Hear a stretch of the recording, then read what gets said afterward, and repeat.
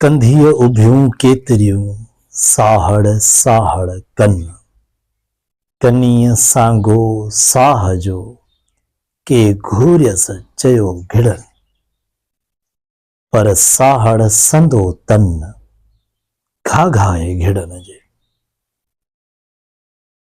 दोस्तों अॼु खां न समय हज़ारें लख सालनि खां जॾहिं खां इंसान जी तारीख़ मिले थी तॾहिं खां इंसान हिकु अॼाते अणॾिठे ख़ुदा जी तलाश में सरगर्दा नज़र अचे थो।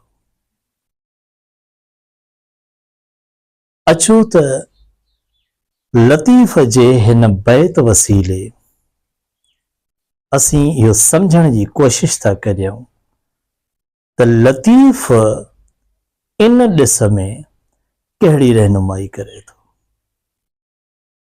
सुरसुहणीअ जो ख़ूबसूरत बैत, कंधीअ उभियूं केतिरियूं साहड़ साहड़ कन, दरिया जे किनारे ते बीठे जाम सारियूं आहिनि, केतिरियूं ई आहिनि, अनेक साहड़ साहड़ थियूं कनि। कनीअ सांगो साह जो के घूरियस चयो घिड़न, किन खे सांगो साह जो आहे, डिॼनि थियूं, सोचिनि थियूं, मत ॿुधी न वञो। के घूरियस चयो घिड़न, उहे दीवाना वार घिड़ी थियूं पवनि, तवक्कल ते घिड़ीअ थियूं पवनि। साहड़ संदो तन घाघाए घिड़न, पर ही दरिया उन्हनि जो जे हिननि खां मुख़्तलिफ़ आहिनि, सोचिनि कोन थियूं, जेके घोरियस बि नथियूं चयनि, बस उहे उन में बिना कंहिं सोच वीचार जे लही थियूं पवनि, बेसाख्ता पाण मुरादो। हिते असां साहड़ जी माना ख़ुदा था वठूं। कंधीअ उभियूं केतिरियूं साहड़ साहड़ कन, हिन दुनिया में अचण खां पोइ केतिरा ई माण्हू, बल्कि सभु माण्हू ख़ुदा ख़ुदा कनि था, उन जी ॻोल्हा कनि था, उनखे हासिल करण जी सध कनि था। उहे त जाम सारा आहिनि। पोइ छा थो थिए, उन्हनि मंझां ॿ गुरोह लतीफ़ ॿुधाए थो। कनी सांगो साह जो के घूरियस चयो घिड़न, उन्हनि मां हिकिड़ा अहिड़ा आहिनि जिन खे साह जो सांगो हूंदो आहे। उहे पंहिंजे हिसाब किताब सां, सोच वीचार सां, ज़हन सां, पूरी ध्यान सां उहे ख़ुदा जी तलाश कनि था या उन जी वाट ते हलण जी कोशिश कनि था। ऐं के घोरियस चयो घिड़न, के वरी अहिड़ा आहिनि जेके सोच वीचार नथा कनि, जेके रस्ते खे ॾिसनि था, तवक्कुल था कनि, जीअं थियो पंहिंजे पाण खे ख़ुदा जे सुपुर्द कनि था ऐं पोइ उन रस्ते ते काहे था पवनि। साहड़ संदो तन घाघाए घिड़न जे, पर साहड़ उन्हनि जो आहे जेके पाण मुरादो सोचण जे बिना हिननि ॿिन्ही खां मुख़्तलिफ़ उन्हनि जो आहे, उन्हनि जो। ठीकु आहे, मुंहिंजी सम्झ जे मुताबिक़ लतीफ़ सरकार जेके ही बयान कयो आहे, उनखे जेकॾहिं सम्झूं आसानी सां त ही जेको तबिक़ो आहे सो आहे इबादत गुज़ार।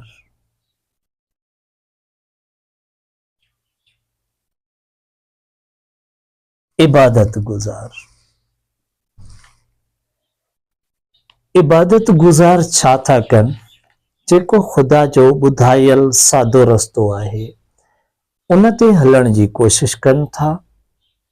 उन्हनि खे साह जो सांगो हूंदो आहे, यानी उन्हनि खे जन्नत जी तमन्ना ऐं दोज़ख जो ख़ौफ़ हूंदो आहे।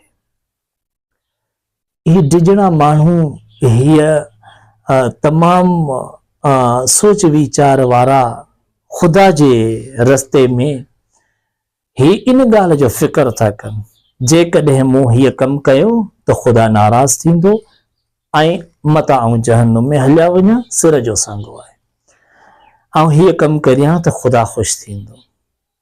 आहिनि नेक, पहिरीं ॻाल्हि त ही जेके बि तबिका आऊं बयानु थो करियां बहितर आहिनि, मोतबर आहिनि, पर उन्हनि जी पंहिंजी पंहिंजी वाट ज़रूर आहे। हीअ उहे माण्हू आहिनि पोइ मतिलबु हिकु दुनिया ऐं 70 आख़िरत वारो हिसाब रखनि था, हथ में हिकिड़ी तस्बीर रखनि था, 5 वक़्त निमाज़ पढ़नि था, 30 रोज़ा रखनि था, न रुगो मुस्लिम पर दुनिया जे हर मज़हब जा माण्हू पंहिंजे पंहिंजे ख़ुदा खे ॻोल्हण जे लाइ सादो इबादत जो रस्तो अख़्तियार कनि था, पूॼा पाठ कनि था। ठीकु आहे, मतिलबु इहो कनि था, साफ़ रस्तो आहे, सादो, दुनिया जी अक्सरियत हर कोई हली थो सघे, सिधो रस्तो। लतीफ़ ॿुधाए सो ॿियो रस्तो, के घोरियसि चयो घिड़नि, मुंहिंजो ज़हन हीअ थो सम्झे त ही सूफ़ी आहे।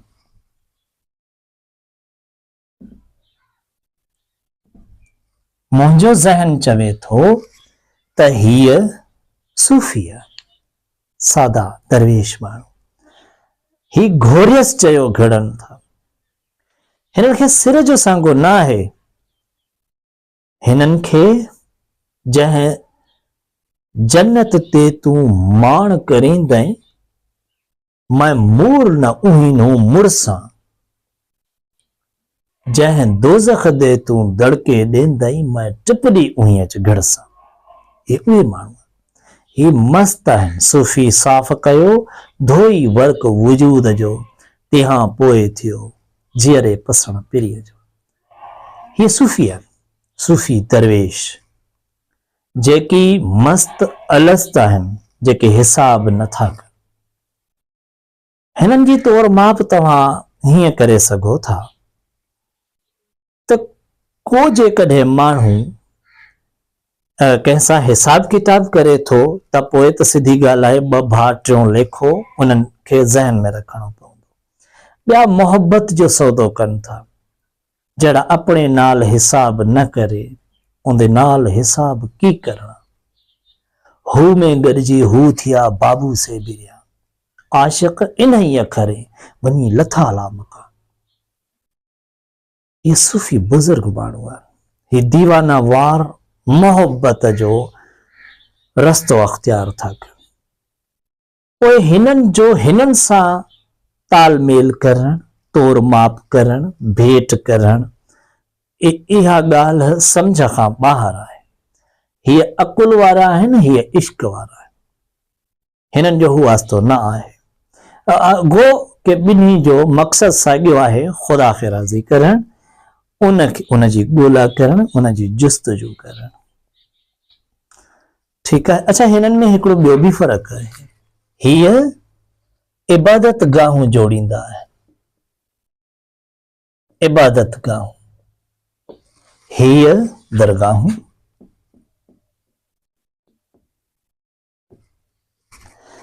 इबादत गाहूं ऐं दरगाहूं, इन्हनि ॿिन्हीअ में थोरो फ़र्क़ु आहे। मस्जिद आहे त हिंदू न वेंदो, मंदिर आहे त मुस्लिम न वेंदो। दरगाह जेकॾहिं भिटाईअ जी आहे त हिंदू बि वेंदो, मुस्लिम बि वेंदो, जेको वञे कोन पुछे थो ज़ात, हर कोई वञी सघे थो। गिरोड़ शरीफ़ जी दरगाह आहे, जेको वञे, सचल ते जेको ई वञे।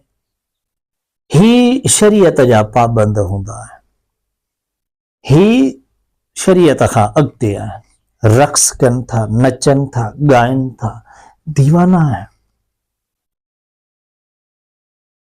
हिननि में इहो फ़र्क़ु आहे।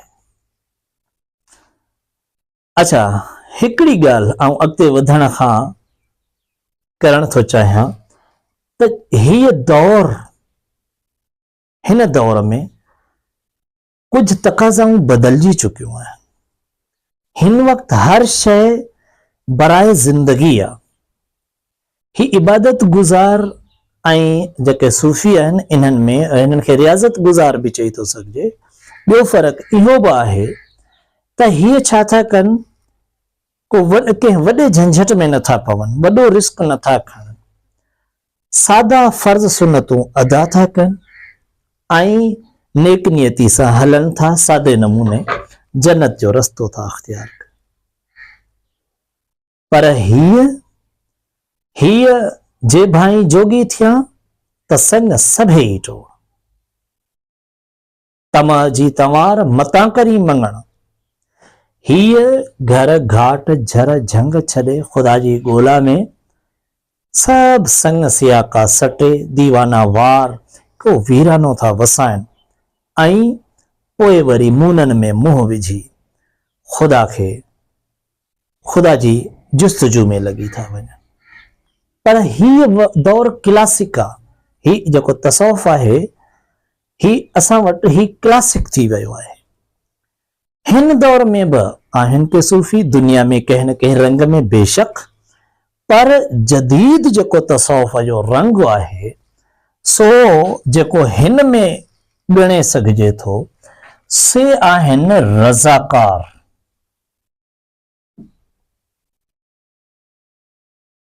ही हिननि जो जदीद वर्जन चई सघिजे थो। जीअं अब्दुल सत्तार ईदी आहे, रुतफ़ाओ आहे, जीअं डॉक्टर अदीब रिज़वी, इहे उहे मिस्किन जहान खान कोसो, इहे उहे किरदार आहिनि जिन पंहिंजो पाण खे वक़फ़ करे छॾियो। मरणा अॻे जे मुआ से मरी थिया न मां, ही उहे माण्हू, ही हिननि जो जदीद वर्जन आहे। ही बि ख़ुदा जे राज़पे जे लाइ हे झर झंग मुंहं कोन था कनि। जीअं त हाणे हर शइ बराए ज़िंदगी थी वई आहे। हिननि जी इबादत को इबादत गुज़ार केॾो ई हुजे, उनजो ज़ाती फ़ाइदो आहे, उनजे ज़ाती जे लाइ आहे।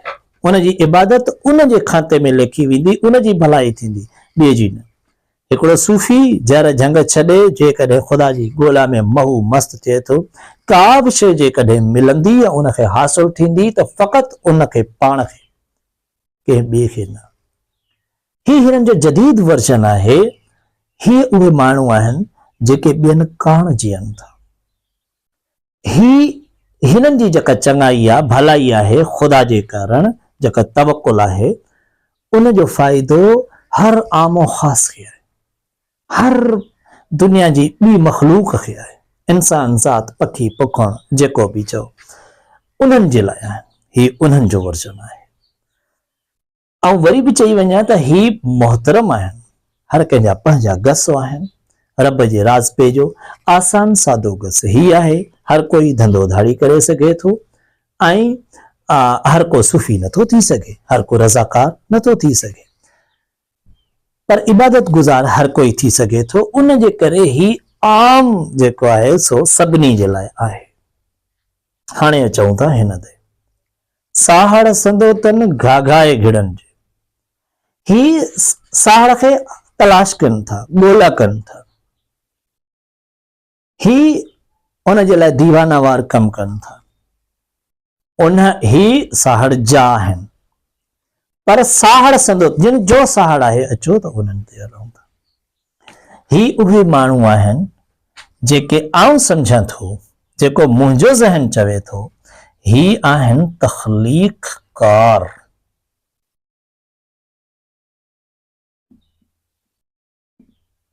तख़लीक़कार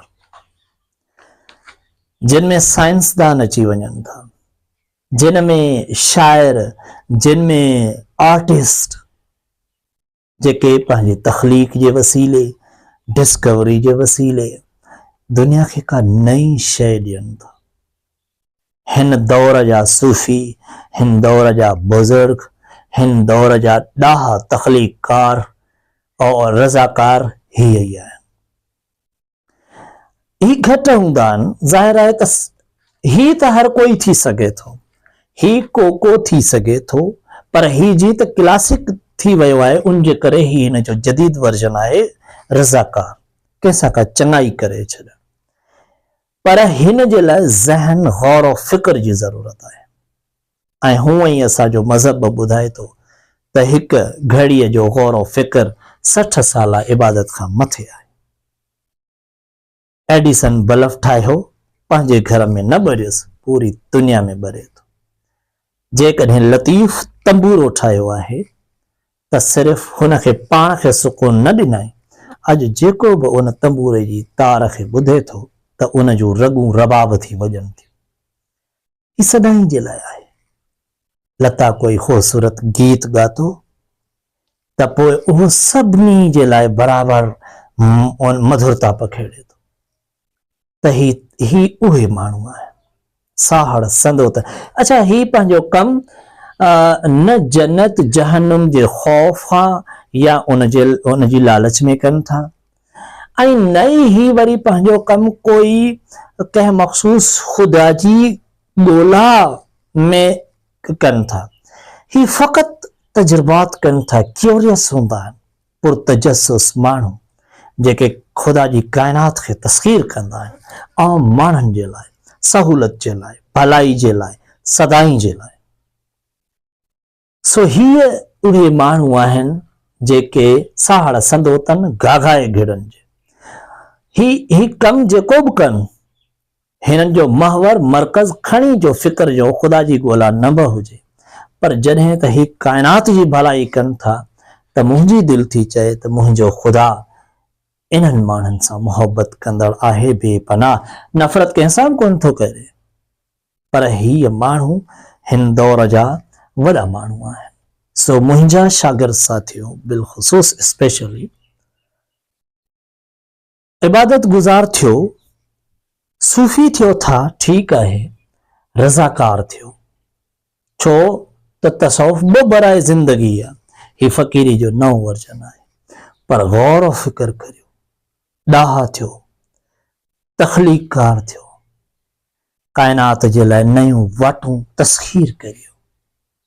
ऐं आख़िर में हिकिड़ी अहम ॻाल्हि जेका हिननि सभिनी जे लाइ कॉन्स्टेंट आहे, सा इहा त कोई इबादत गुज़ार हुजे, कोई सूफ़ी हुजे, कोई रज़ाकार या खणी कोई तख़लीक़कार,